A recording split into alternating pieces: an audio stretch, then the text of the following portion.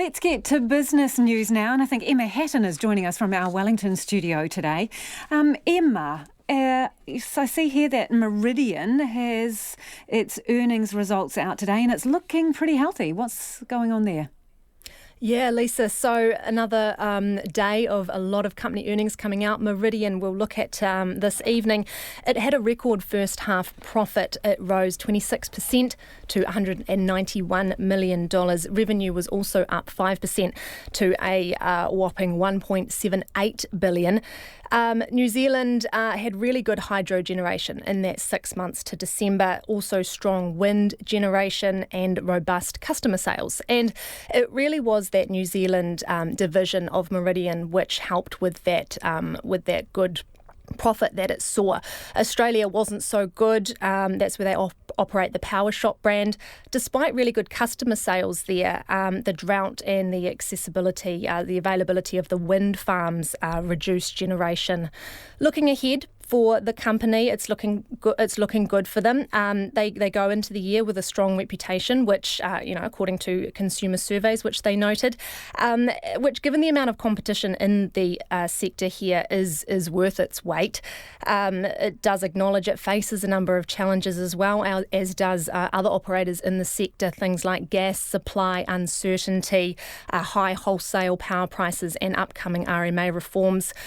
Specifically to Meridian, of course, is the uncertainty over the smelter and what it might do. So its viability is under review at the moment. It's reviewing itself.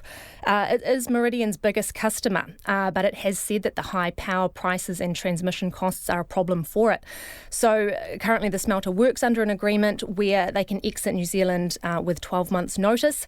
Meridian has said that they've offered them a deal which they are considering at the moment. Basically, if that notice period was a bit longer, they might be able to offer them a bit of a better deal. So that's something Rio Tinto, the smelter's owners, is considering, and we should be able to know more about that near the end of next month.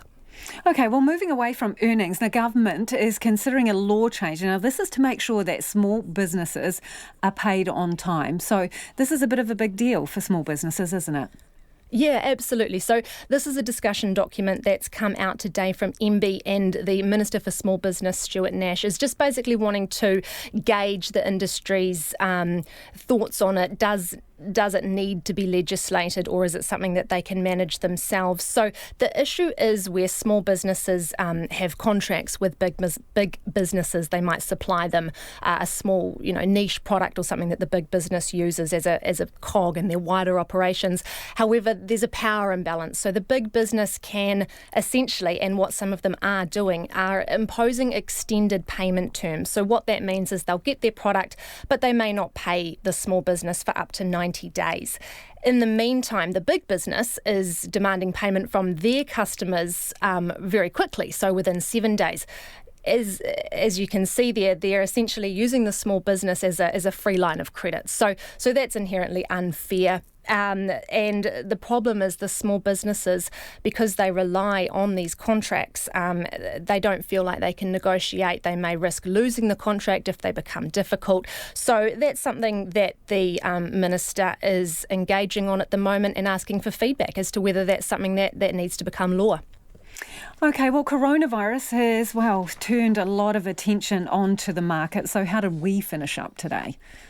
Yeah, so as you heard in the headlines there, the NZX Top 50 Index closed down for the third day in a row. It ended down 185 points or 1.6% to 11,533. It's ended up where it was about 2 weeks ago. Remembering last week, it actually hit record highs, so it's coming down.